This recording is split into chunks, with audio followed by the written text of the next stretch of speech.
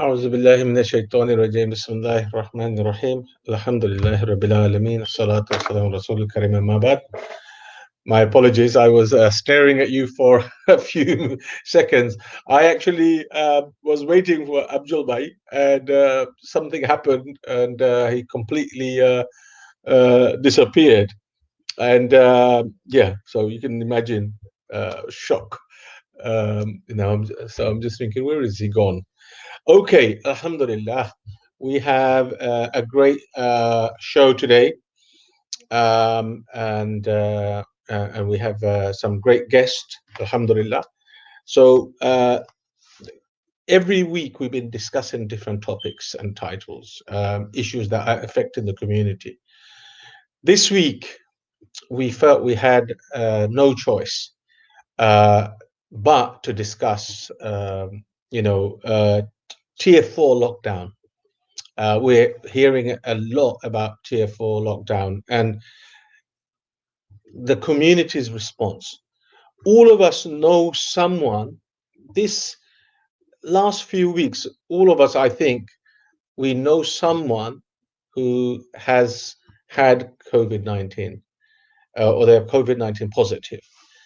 Now, from Eating Care, we are dealing with unprecedented number of people that we're providing burial support to at the same time offering burial support. Only today we're coming back from a burial in Birmingham.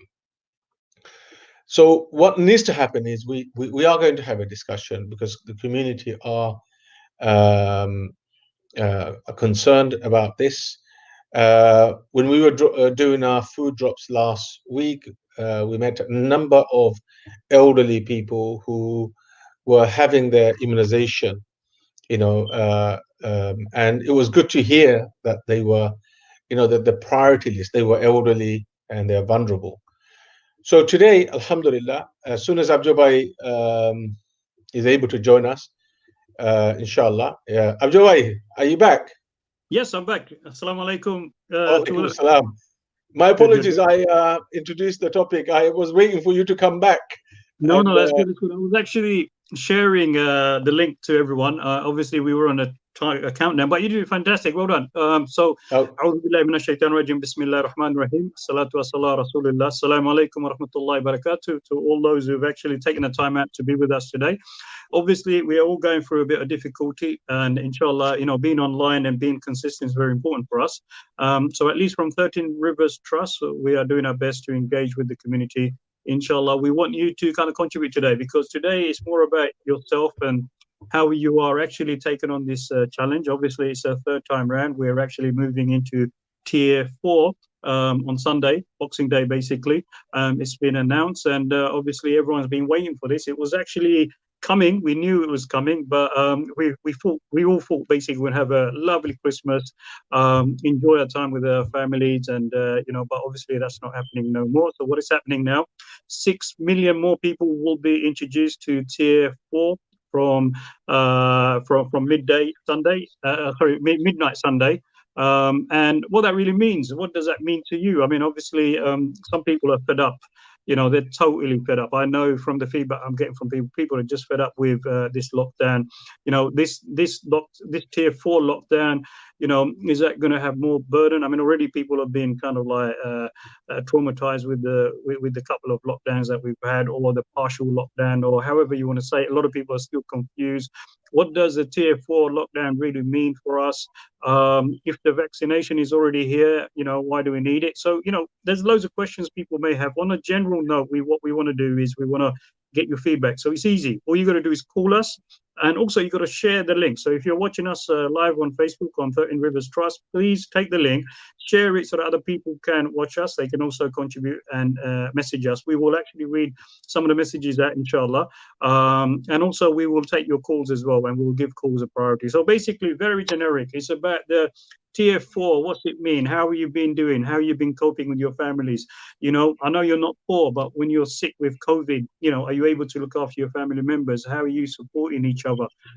Yeah, let's have a broader discussion on this. With me today, I've got Sister Samantha Angela Thompson. She's here. She's a social worker as well, so she will get some of her input. I just want to welcome her to Eden Care as well, and 13 Rivers Trust. Inshallah, she's going to help us with some of the other programs and activities as well. So it's good to have you, sister. Inshallah, how are you today? And Jazakallah for actually taking the time out to be with us. Alhamdulillah, I'm fine. Great to be here. Hoping I can benefit, you know, the organization and help a lot of people. Good. It's a good topic today because the lockdown is driving people crazy, to be honest.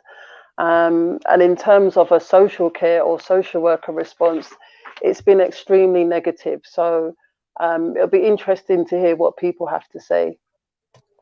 No, most definitely, and we need to encourage people. So I want to give everyone an opportunity to kind of like share our links and kind of get on board, because obviously this lockdown is going to be a crucial one, because this is a lockdown while we have the vaccination being rolled out. Obviously, there's a slow process in that, and I understand the technicalities. You know, it has to get a certain temperature, and our infrastructure, our care homes are not adequate in taking large supplies. There's a lot of technical issue. We as a general public, we don't understand all that, nor are we interested in that as well. What we are interested in, we want a solution. We basically want a solution so that we can end this style of lifestyle, so that we can get back to normality, which if there is any normality in that, yeah.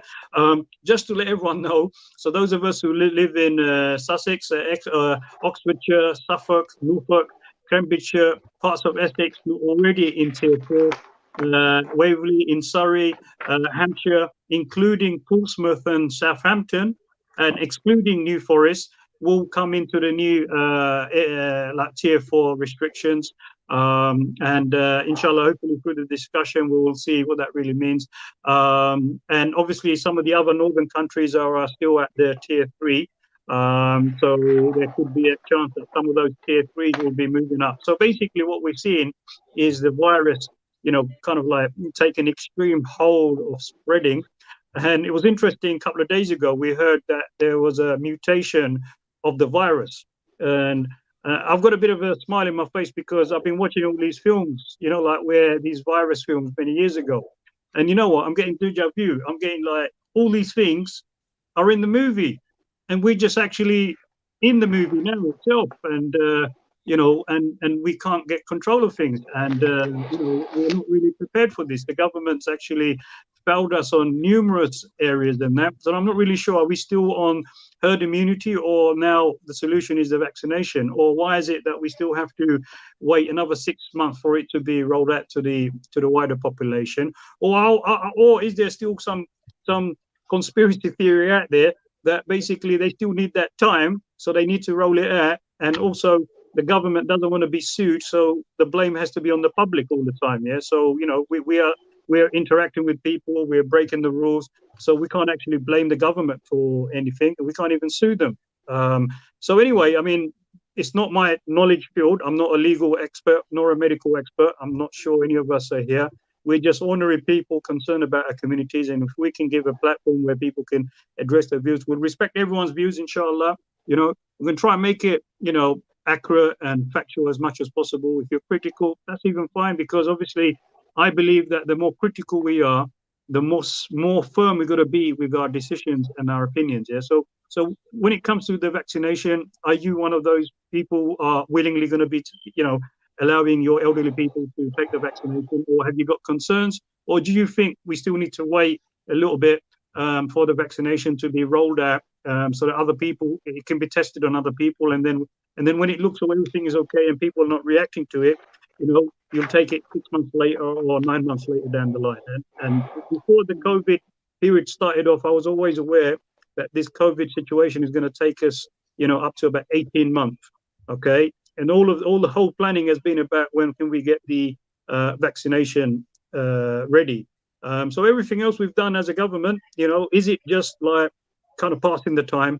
So yeah, so let's quickly go to Abu Bay. I know he's also a social worker, and he receives a lot of these kind of difficult cases and that. But we don't want to go into the difficult cases. But generally, this tier 4 lockdown, Abu Bay, do you really believe that people are going to adhere to the rules and regulation?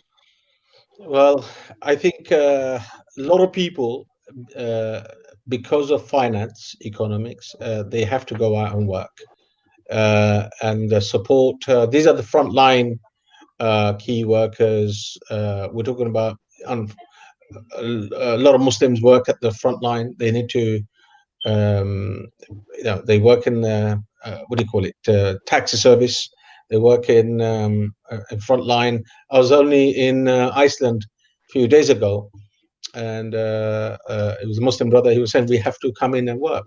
We have to serve the nation food and what they need. So they really don't have a lot of choice, and that's why we're finding. That's one of the reasons why we're finding why so many BME stroke Muslim communities who are being impacted by COVID-19.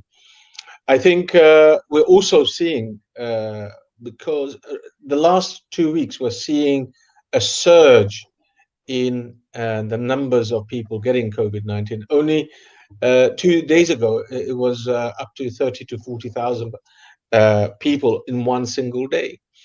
So it is very worrying. What we're finding is the whole family are being impacted, from the children to the adults, and we are trying to, with our befriending and advocacy support, we're providing a lot of telephone support and also warm food that we provide twice a week. We're finding that families are only today, a family, they all got COVID-19 and they were down to 2 nappies. So we quickly had to respond and provide that to them as soon as possible, because normally they would turn to their family members, but if their family members has COVID, they're worried. And so what we are doing is, I'm expecting the next few weeks is going to be tough for the community. Sister Samantha, what do you expect from this tier 4 lockdown now? Well, I'm expecting anyone who didn't take the lockdown serious to start taking it more seriously now, because I know it's getting on everyone's nerves, having to kind of, stay in your homes, social distancing and everything. But I personally feel that the tier 4 needs to happen now that we know that the virus is, spreading faster. There's a new variant of it. So I do think steps need to be taken. You can never please people, to be honest. So some people are just completely fed up with the lockdown, and other people are abiding by the rules and they see the benefit in it. I mean, can you imagine if there were no tiers and there were no social distancing? If we can get 42,000 deaths in one day, if nobody's adhering to the rules, it's going to be a lot higher. So I personally feel the lockdown is necessary. Yes, it is irritating. It's hard. It's even more harder for people who were struggling before COVID-19. So people who had financial difficulties, there's been a surge in lots of, social care issues, like, feeding the children. The children are not at school sometimes. So that has a knock-on effect in terms of finances. But there's been a lot of deaths and a lot of sadness.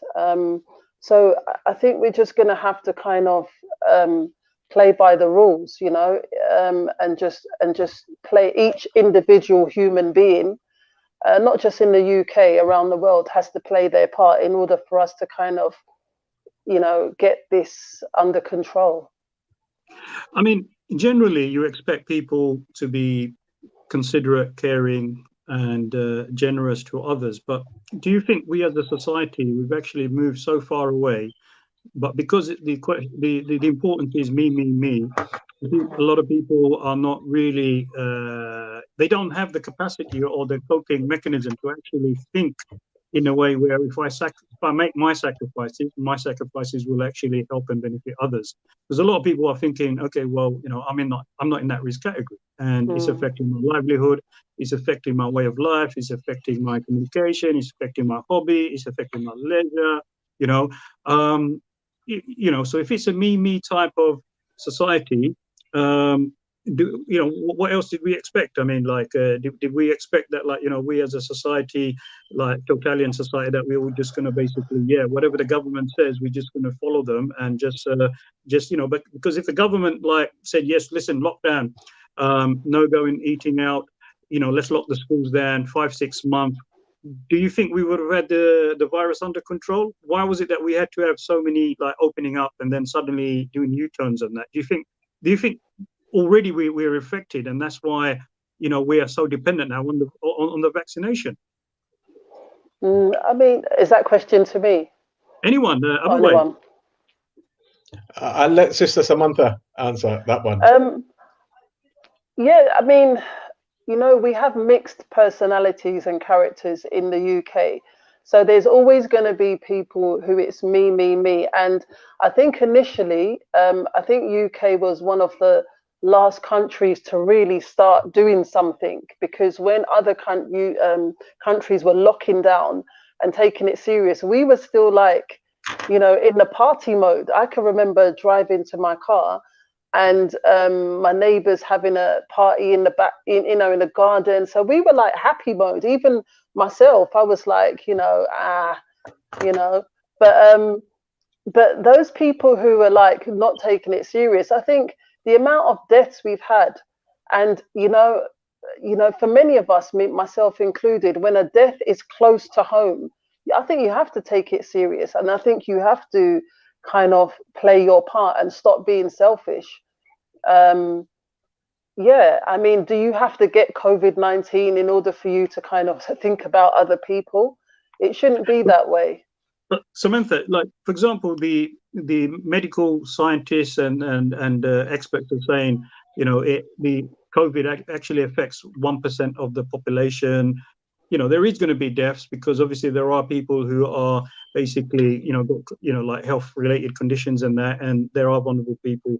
It's 1%. The argument now, people are saying, look, that 1%, compared to all those other percentage who are now at risk of suicide, mental health, people losing their jobs, and that's having an impact on the whole families. So you've got from one major big crisis issue, more crisis issues being building up there. So you've got multiple problems that are creating. So it can be quite difficult for people because obviously depending on what perspective, which position they hold, they might say, I've heard people on mainstream radio say, look, it's only 1% of the population. Yeah, we've got to be now thinking about the, and obviously people are in the fields where they see people dying and passing care people's homes and projects like Eden Care. You're face to face with reality where you're actually receiving, all the information about death. But majority of people, they don't see that. They're not seeing how many people. They only see on the news like this amount of people have passed away or been affected. But I actually went down in one area where one of the testing center was, and I was kind of shocked. And guess what I saw? I saw queues of people waiting to get the test done. That proves to me the virus is at its kind of like speed, and it's actually, you can actually physically see it. So there's all these factors are key to this. Abu Bay, like, can I just interject? Those 1% that people say. I'm going to give you some data from ONS website. Last year in the UK, about 500,000 people die a year. Yeah, approximately. That's averaging, sometimes more, sometimes less. Last year, 2019, 530,000 people died. 2020. So you have to work out from the year beginning, from April to end of March. So we still haven't come. We still have a quarter left.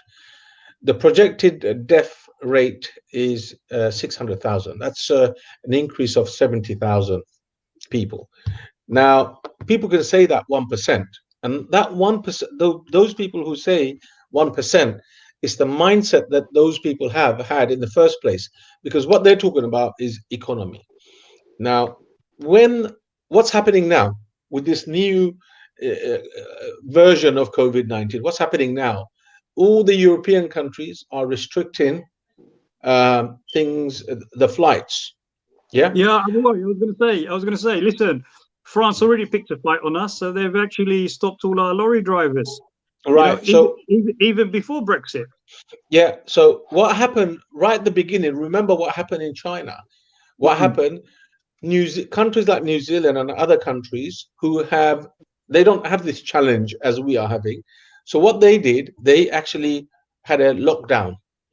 They safeguarded the people. Whereas in the UK or America, what happened?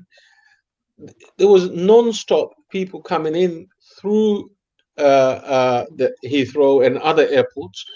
And the reason to save the aviation industry, what's happened, the whole country has been impacted. It was a financial decision, unfortunately.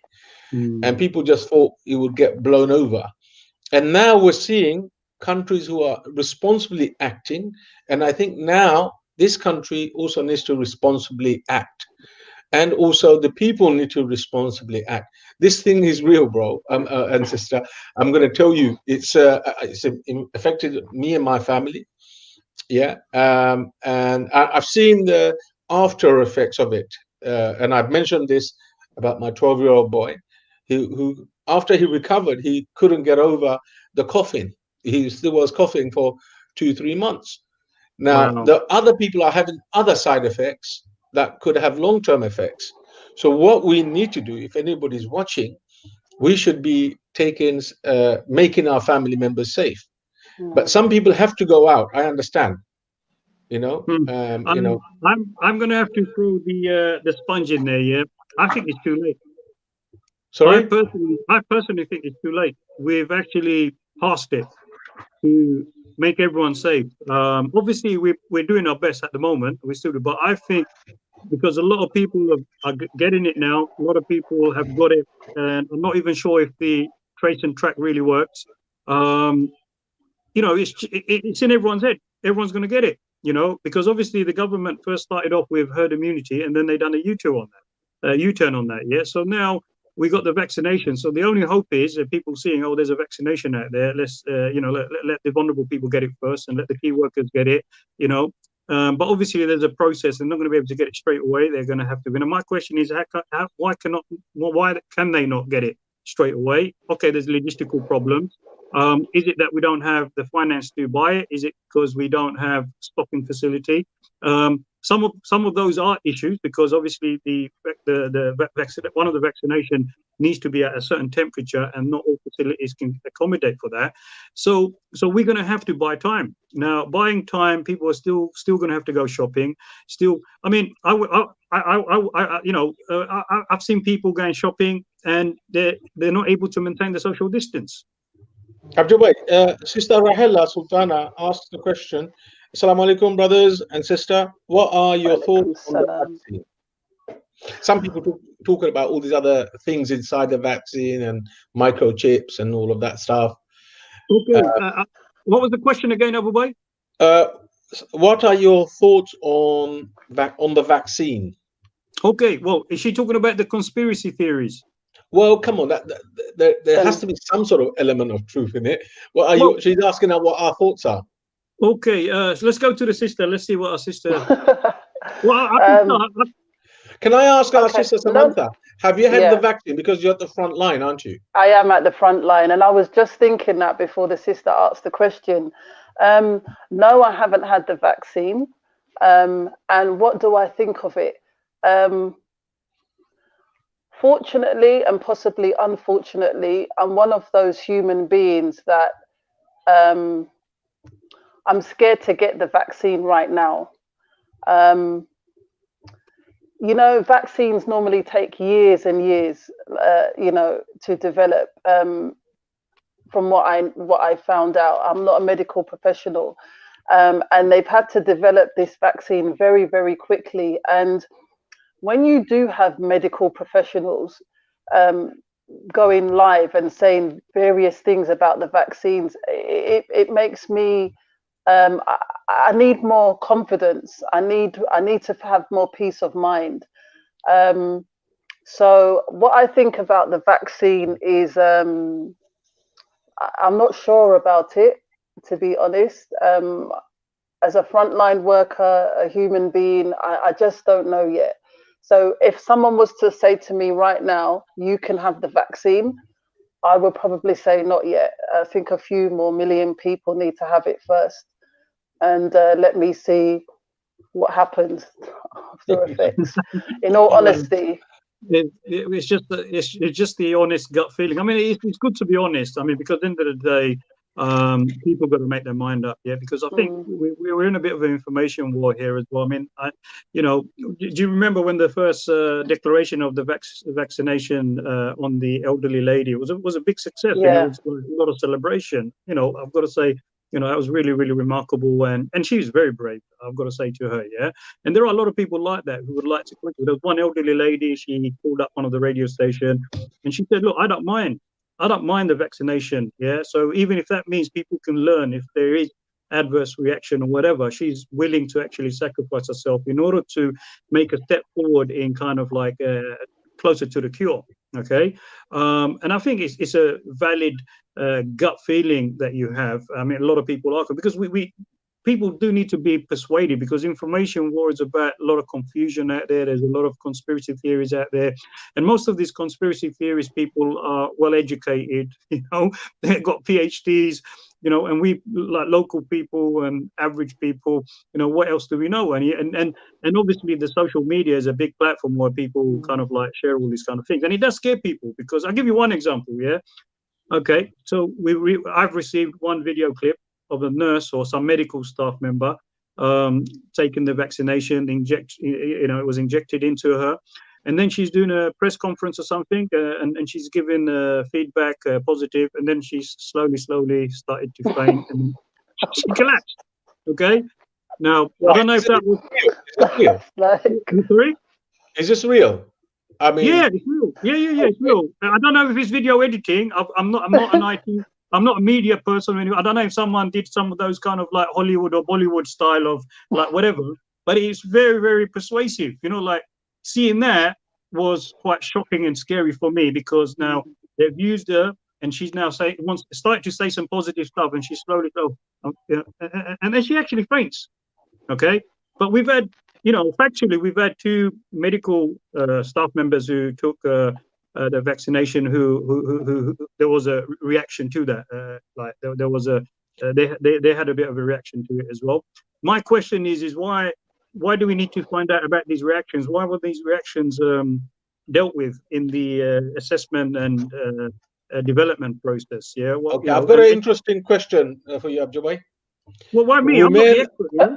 Yeah, no, but what it is, Rumel Akhtaruz, he says, brother and sister, we are in 2020. Coronavirus is not new to scientists. It's been there for 100 years. Also, it's a global pandemic. So they had data from many countries same time. It's safe, and considering how dangerous COVID is, it's personal choice. We should not spread conspiracy theories as it could harm the most vulnerable.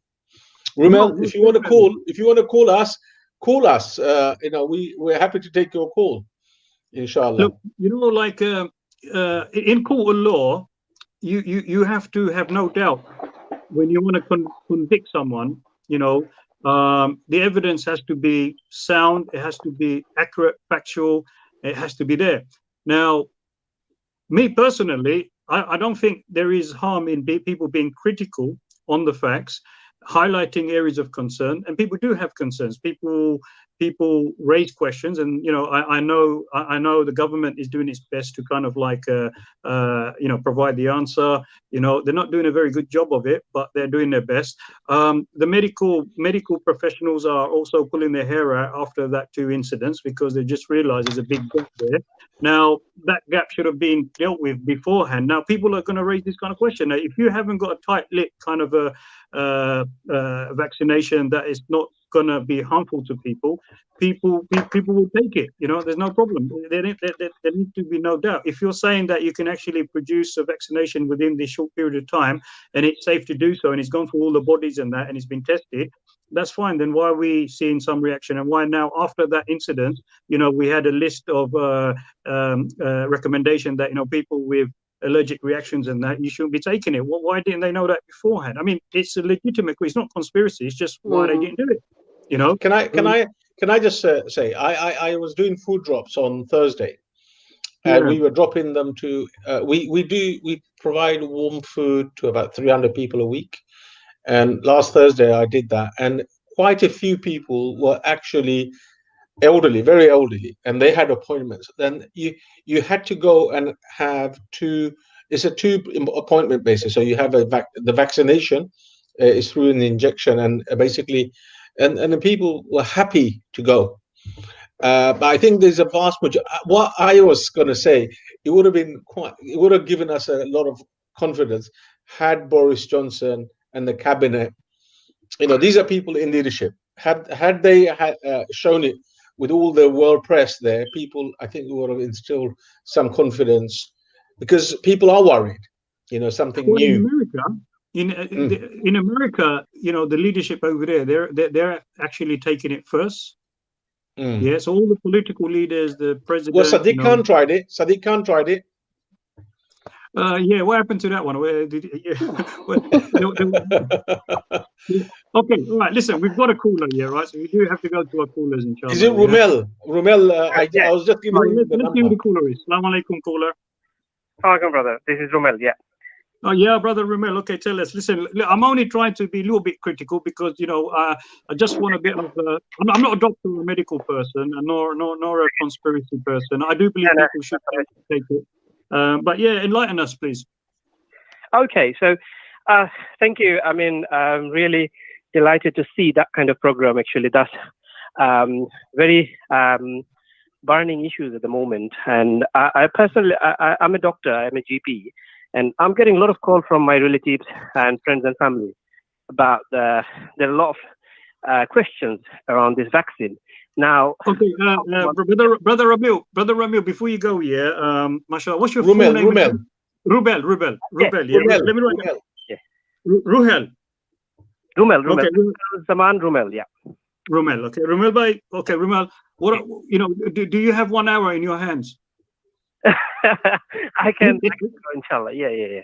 Oh, okay. No, I'm only joking here, but you see, people want to know. So, it's really good to have someone from the medical background, because at least you can give that perspective as well.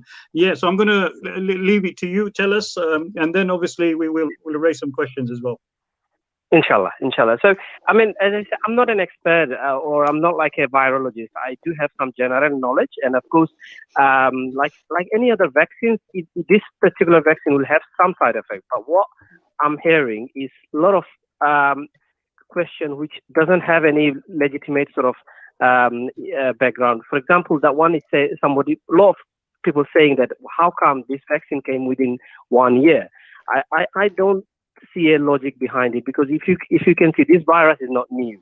This strain is new, but coronavirus started from 1920, where it was like on the animal, there are a lot of diseases in the animal. So the scientists are well aware of that virus. In human, 1960, 2003, the SARS, 2012, MERS, Middle East respiratory disease. That particular same virus, by the way. But this strain is more deadly. It comes out like a pandemic. So scientists already know a lot of things about this particular virus. And it's probably one of the unique pandemic where almost all the countries in the world are facing at the same time. So they do have loads of data. Millions and millions of people had gone through that virus.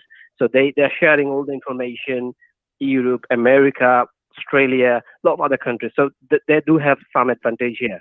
And of course, they are working so hard. I've seen one scientist from, I think, Oxford. Soon after the vaccine came, she was in tears. She said that we were working like day and night. I mean, we haven't taken enough break even. So that probably that question shouldn't be, a reason why people shouldn't be taking vaccine. The other common thing people are saying that this virus is not deadly. It's 99% people getting better. That again is the wrong information. According to John Hopkins, I made a video in my personal Facebook, and I spoke in Bengali basically, because a lot of rumors are going around in our community, and we are very I must say that we are very unfortunate, because since the pandemic, most of the Southeast Asian Bengalis are number one, and then Pakistani. I think Indians are like as close to as white British. So there has to be something going around in this our community.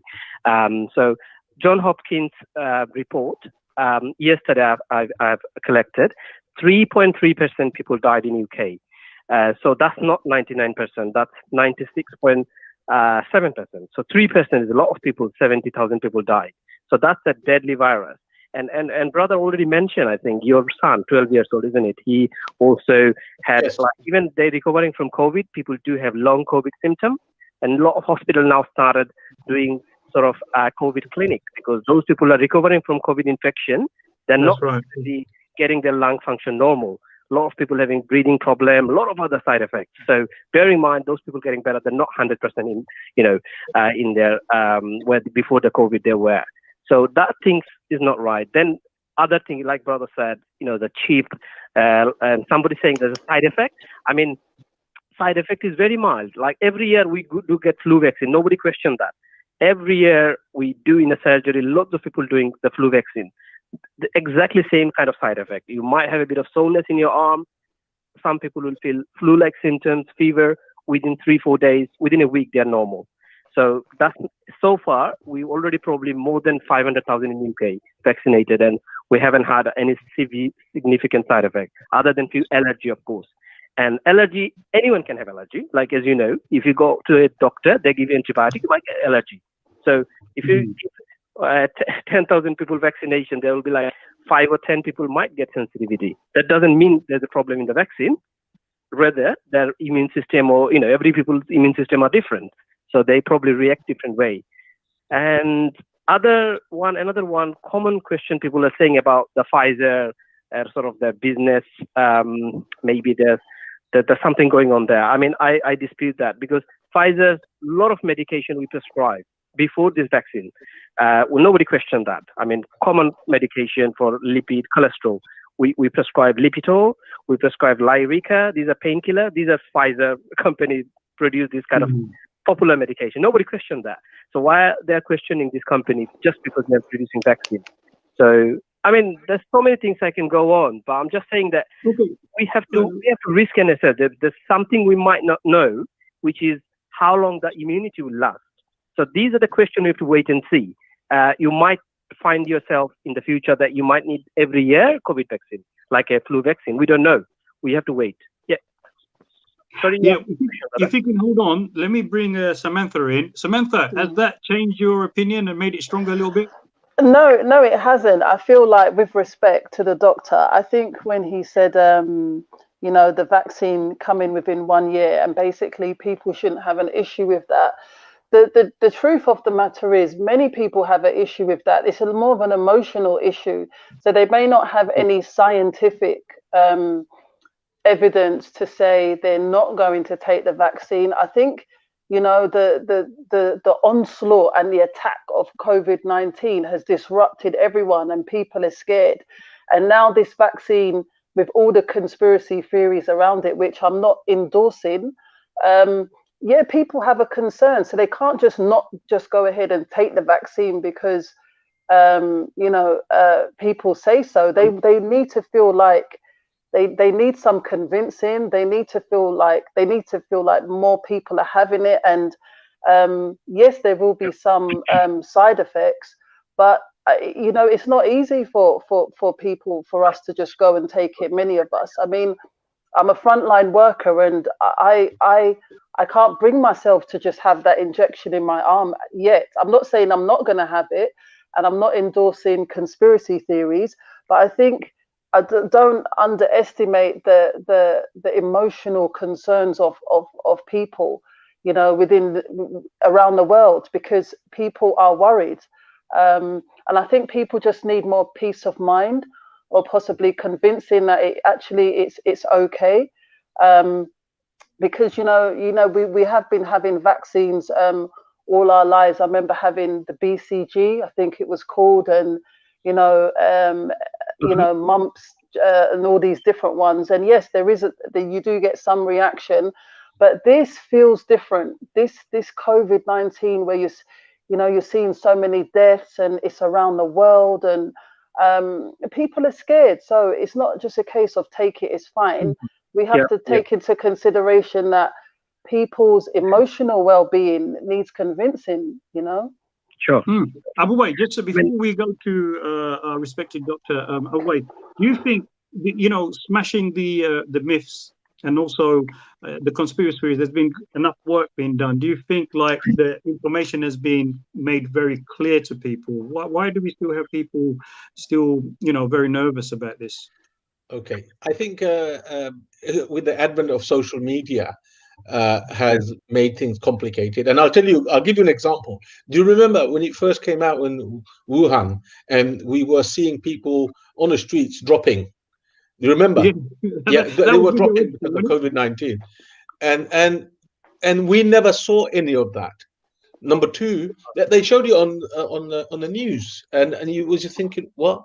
Then 5G was being rolled out, and there was a whole lot of discussion while everybody's under lockdown. These people going around taking pictures of people or recording of people putting up 5G, and even now the news strand. And I understand what the doctor is saying.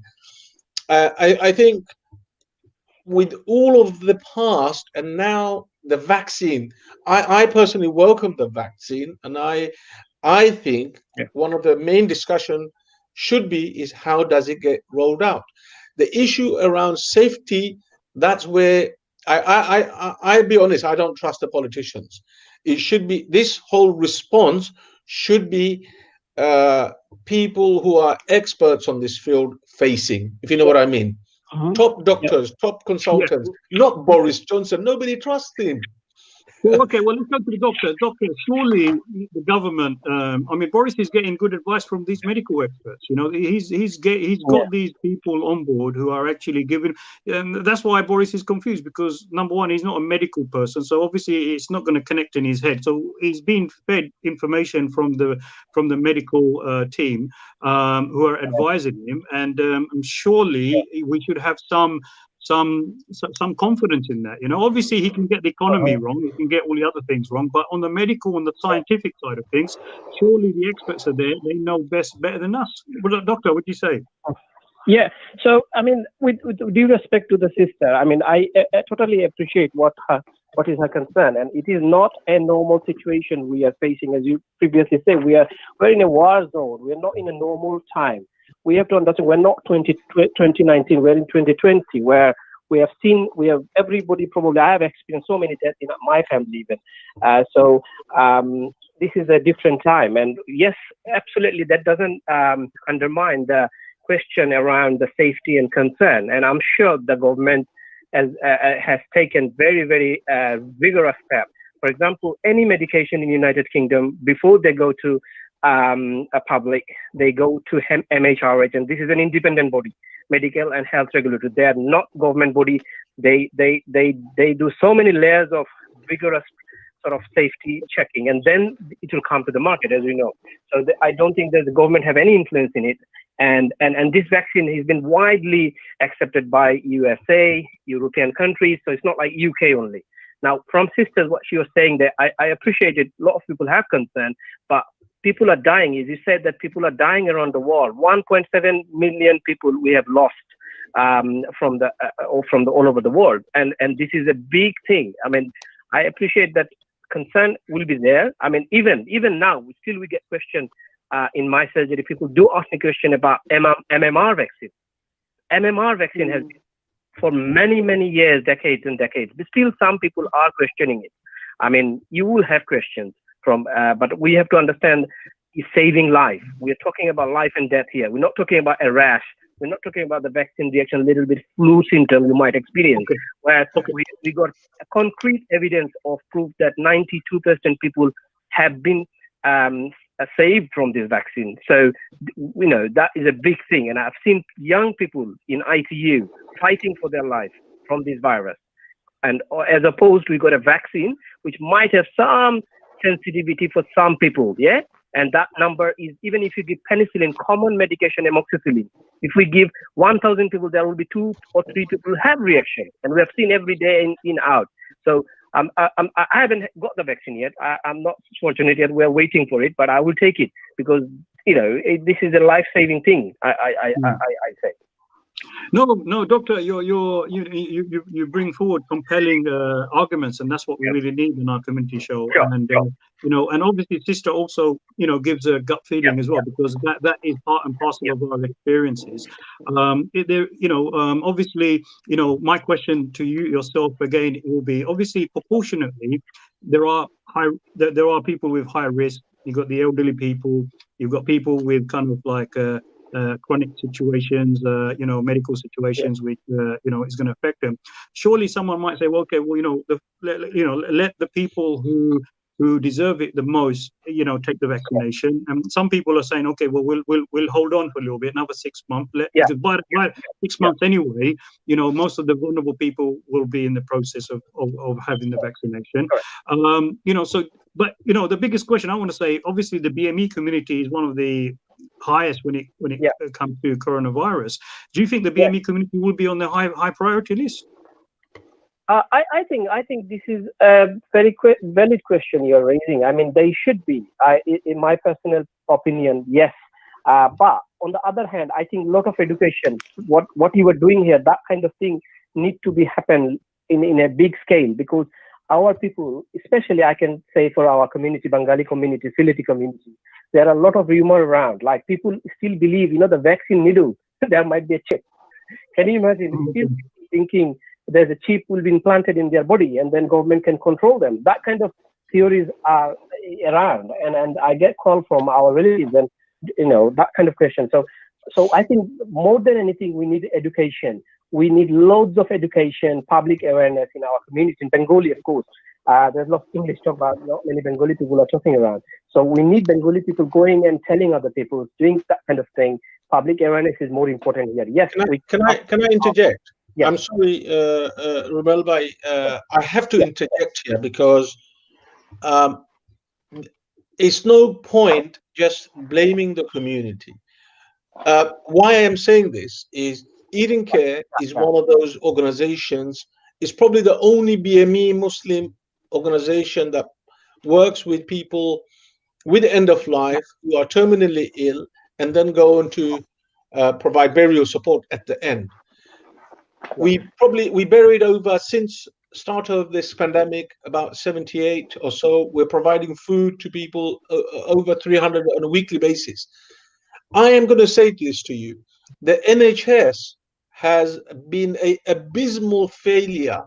I can't use a stronger word than that to say, in terms of coordinating with the local masjids, with organizations like Eden Care, to educate the people, as you say, about this vaccination, how to take safety measures. That's point one. Point two, even with the vaccination, Abdul Bhai, what's the plan? What's the plan? How long is this going to? Are they going to vaccinate 1 million people a day or 500,000 people a day? Do you follow what I'm saying? Because the infrastructure is there. Yeah. What we're hearing, oh, this contract has been given to this person. We're talking about billions of pounds, and you're beginning to wonder what's going on. I just wanted to get that in there. Yeah, no, okay. Yes, Rubel Bhai, you can respond, and I've obviously got my take on this as well. Rubel Bhai? Yeah. Brother, the Munim Bhai, right? Yeah. Abu Mumin, yes. So, okay. I appreciate your point. I mean, yes, I can't deny that. I mean, there has to be, and I personally didn't see that much campaigning for our particular community, Bengali community. I think that there should be more and more, and there should be a lot of funding, especially in Tower Hamlets and the area, lot vulnerable people living there. I haven't seen that much. But again, they're working hard. I appreciate that. I mean, in our surgeries, we go, we are not sitting there. People are working hard, but yes, those people Rumail are Bhai, they're not working hard there, consulting and working with the community. They might be working hard in their office and consulting within their few colleagues. You know, I've got Rahela. She says, to be honest, I'm still not convinced of the vaccine until we see the success rate. She mentions that on the message. So I'm just saying they're not engaging us. I'm just saying, Eden Care being the only BME organization in Tower Hamlets in East London, we're not being consulted. So why are they surprised, the NHS people and the government, that the community is responding this way? Because they're getting information from elsewhere, and they're not getting information through the NHS and other bodies. Abu Wai, can I just politely pull it? I think what is happening here, the government and NHS have actually forgotten the strategy that they've utilized before with previous other kinds of campaigns, is community engagement. You know, community engagement is an essential tool that all big organizations must undertake in order to engage with their grassroots, with their communities. And I think on this particular major crisis, there has been a abysmal failure from government to, NHS locally, all over. When it comes to the BME community, they have not been consulting with the agencies and the shapers and makers in those communities. So, we're left with just medical doctors and politicians. No community leaders or activists have been kind of engaged with, openly, where we can actually work together in order to kind of get this information out. What really is needed is to bring all those organizations together that hold credible clout within the community, so that they can kind of steer some of these messages across. And, Abu Wai deals with a lot, I know, through the Eden Care Muslim Burial, and at times they've actually mentioned to me how they've actually neglected any kind of influence or, power within the BME organization. So, one of the fundamental questions, obviously it's not your area, but this is more of a, policymakers should bear in mind that, this is such a important message. That message needs to be communicated. And the best people are those who are actually working and leading within the community organization. Those community organizations need to be engaged. I mean, we can tell you that so many of these voluntary sector organizations are providing hot meals. They're actually reaching homes where people are actually suffering. They're not able to have hot food or so forth. And organizations are involved, but these organizations are responding positively. But when it comes to, decision making and feedback, are they being consulted? And that's a general question. It's not specifically for Rumail Bhai. But on a general, if I can move the discussion on, I know we're kind of like moving on time. Very quickly, Rumail Bhai, as a GP practitioner now, what kind of things can people do? There's loads of people who've got the virus now. Many people are, suffering at home. Are there things that they can take? I mean, obviously, people are saying just take paracetamol. Take. Are there any remedies or anything that will help them, from a GP perspective? Actually, this virus, this is a self-limiting condition, basically. So our immune system actually fights back this virus. Yes, the message we are doing, or I work in out of our service 111, where we mostly consult these patients in the community from COVID, and our message is clear that we need to advise them. We advise them normally that symptomatic treatment. There's nothing more than that. And most of our patients getting better. Almost like how many percentage of people going to hospital? Very small. But because it's a big number of infection, that's why we see the surge into hospital admission. But before 3 months, it wasn't that bad. It was going as close to normal.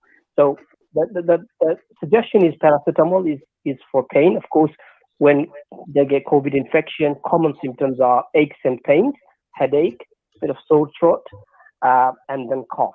Smell and taste also can people get lost their sense of smell and taste. So paracetamol is very good one. You can have your maximum dose, which is 2 to 4 times a day. Lots of rest, fluid, and that kind of thing. That if somebody feels blocked nose or things like that, they can get over-the-counter medication, antihistamine tablets, that sort of thing. But if they start having breathing problems, that's the time they need to consult their doctor, and they need to be assessed about for the complications. If someone has symptomatic treatment, yeah. If someone has breathing problem, can they use the for sleep apnea? You get that machine. Can that be used? Yeah, they can be used, but definitely they need to consult with their doctor, definitely, because they're sort of how bad the difficulty breathing. So when we talk about difficulty breathing, is a big thing. Whether they need an emergency ambulance coming to their door immediately. So that needs to be discussed with 111 immediately. If they have really bad difficulty breathing, they call 999 and need to be triaged and assess the level of severity of breathing issue, whether they need an immediate response within 10 minutes, somebody going to them, or is it somebody may have a difficulty breathing for years and years, little bit difficult. That's not a big concern. They're talking comfortably. They can be managed at home by supervision of their GP or 111 doctor. So that they need to consult. If anyone with a breathing problem, I say definitely take the phone and talk to someone. Don't wait at home. And they need to do that way. Yeah. Well, Rubel Bhai, thank you very much. Unless anyone else from the guests got any questions for Rubel Bhai, it's a big pleasure to have someone from a medical background. Rubel Bhai, I look forward to maybe doing more individual shows with you as a GP. Yeah. That's really good. And inshallah, I'm happy to talk to you guys. Yeah. No, definitely. We need nice program. I'm just calling you from my personal, not from an organization or anything. I just feel like I did do a talk in Bengali yesterday on Facebook because I got a lot of calls from my relatives. So why not I do a quick 10 minutes video and just talk about common thing. I'm not a virologist, as I say. I don't have training because we're not dealing with vaccine, as you know. I mean, if we've been asked to vaccinate people, we'll do it. We're not scientists, so we don't know much knowledge more than any other people. But I did some research, and these are the common thing. I don't think you need to be a doctor or scientist or anyone. You just need your computer and Google and see. You do have all the information. You go to Pfizer, you do have all their data. Yeah, all these things are public information. Anyone can access before they spread this message to other people and so forth. Yeah. One last question before we kind of move on from yourself, Rubel Bhai. We're in tier 4 now, and do you think tier 4 will work for us, or do you think we need to do it? Are there any other things we can do in order to safeguard ourselves? I think people are confused about tiers now, isn't it? I mean, a lot of people keep changing these things, and you have to be very much up to date with which tier is what. But I think it's all about personal sort of understanding. I mean, we need to follow the rules. Rules are there to protect us, but I think personally we have to take some sort of responsibility as well, because it is our health and we will be suffering. You can see all the data and everything. Once COVID attacks me personally, I'm the one who will be suffering. So I urge people to follow the rules personally. Even I think it might go more harder because the new strain coming. I mean, I've seen today. I hope you are aware of this. The South African strain, and very early days today they found, and so that I'm not sure upcoming days what's going to be, but I think they might go more harder. But we have to follow the rules and advice. We have to be strictly following the rules, and especially the holidays coming. We shouldn't be mixing, and we should be these few months actually. This upcoming few months, and I hope springtime it will be much less because weather will be changing. Anyway, winter pressure is there anyway. Every year, winter time we get overwhelmed, and on top of this year we have COVID. So this time is very crucial. We should follow the rules. I hope tier 4 should be enough. But yeah. Can I just say to Rubel Bhai, if you could leave your number with our studio or message us on Facebook, we'll contact you, inshallah. Inshallah. Okay. Is there? I mean, I don't want to leave it like in the comment box. But no. Message you personally, or? Yeah. Just you can message the organization personally and your name and number, and I'll pass it on to Abdul Bhai. Yeah, Rubel Bhai, or you can go and message me on my Facebook privately. Yeah. Inshallah. Okay. Munim Bhai, yeah. Yep. Abdul Bhai. Abdul or Abu Mumin? Abdul Mumin. Yeah. Abdul Mia. Abdul Mia. Okay, brother. Thank you very much. Okay. Thank you for calling us as well. Yeah. Thank you. Jazakallah. Yeah. Okay. Well, Abu Bhai, it's really good to have a medical profession with us. We get that kind of perspective. We've kind of stormed over the time. We've gone 11 minutes over. We've not even shown any of our video clips. So wait, should we? That's why I say, as a rule, you always play it right at the beginning. You get let's play, because I didn't want to lose the doctor. Yeah. Okay. Yeah. Let's play it now. Let's go for a little quick break, and then we come back and we wrap it up, inshallah. Okay, inshallah.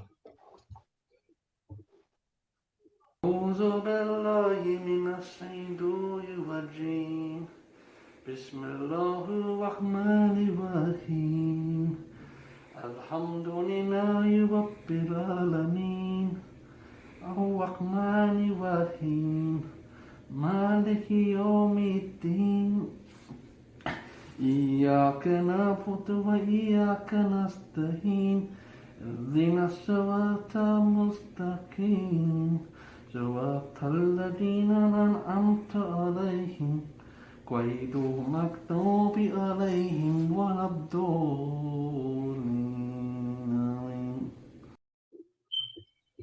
Yeah, mashallah. Is that Brother Dawood? Yeah, that was Brother Dawood. As part of our Eating Care work, is visiting hospital. So this was somebody who didn't want to be recorded, but this is, I just wanted to show you a glimpse of the work of Eating Care. When COVID goes away, we go and visit people who are terminally ill, people who are elderly in care homes and hospitals, and do different activities. So we have Eid parties, we have Quran recitation. We also have art classes, so that it's not all about pain. We do other visits. The Prophet ﷺ said, if you visit a sick person, you get 70,000 angels making dua for you from the morning to evening. Could you imagine that? You don't get 70,000 people even liking our show. But this is the benefits of. And this is the work of the model of Eating Care, and then you have the Muslim Burial Fund. So yeah, Jazakallah khair for that. I have a question. Shanaz says, "MashaAllah, beautiful recitation from Dawood." So she's watching as well. Alhamdulillah. I'm surprised she doesn't ask any questions today. Yeah, now Jazakallah to all the brothers and sisters who do message and who are following 13 Rivers Eating Care. We're going to dedicate a show on Eating Care next week, inshallah. So get ready for that, inshallah. We want to dedicate a show. We want to go more in depth into the work of Eating Care next week. Today we wanted to keep it a bit more general because of the COVID lockdown. So just before we finish, I know the sister might have to leave soon. We want to, obviously, the Tier 4 is going to have an effect. I want to just quickly go through what we can do and we can't do. Okay, so according to the new lockdown rules, these things include like residents should stay at home unless they have a reasonable excuse such as work or education. All non-essential shops must be closed. So I'm hoping that like loads of shops will be closed. So only essential shops, which probably is for food.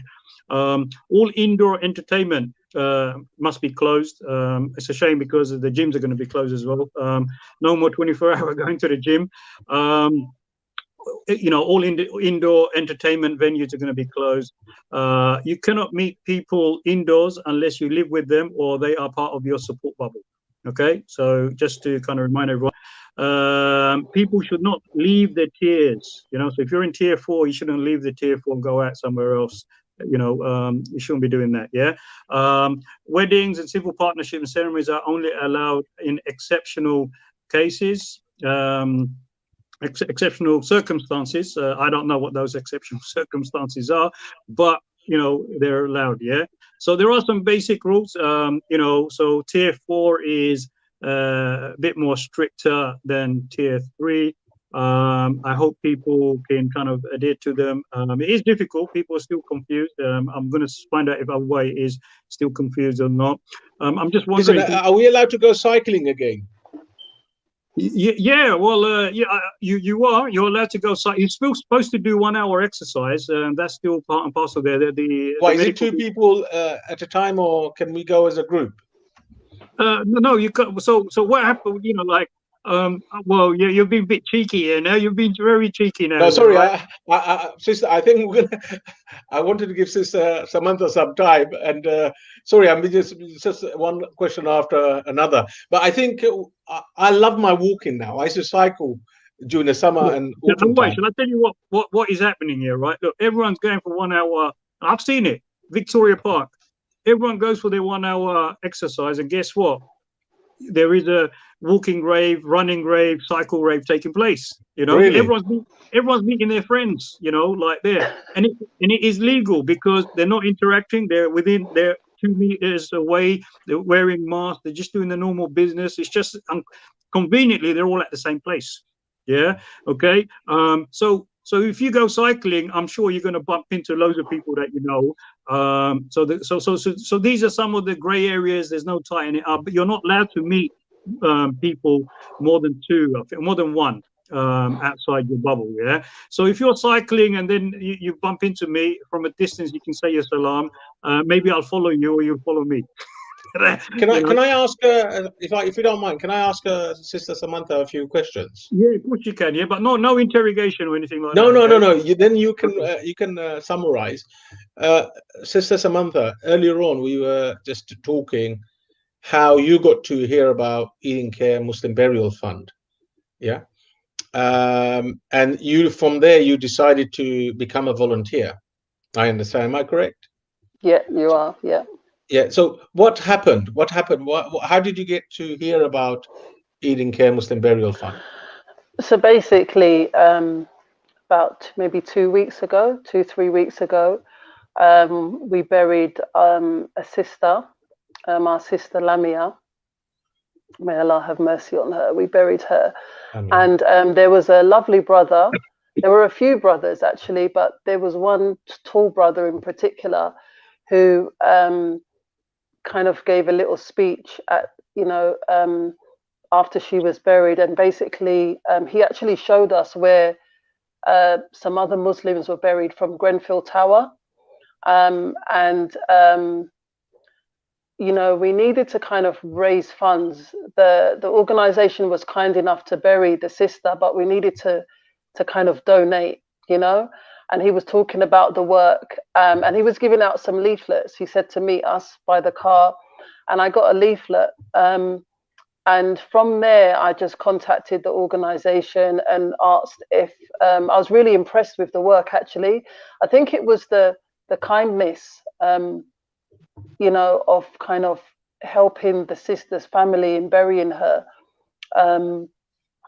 That kind of struck me because, we in this world we live in, and with COVID and people, the me situation, it's nice to kind of see people and Muslims, really being kind. So that attracted me to the organization, and I contacted them and sent an email and asked if I could be a volunteer, and that's how I came on board. I'm very new, so I'm hoping to kind of,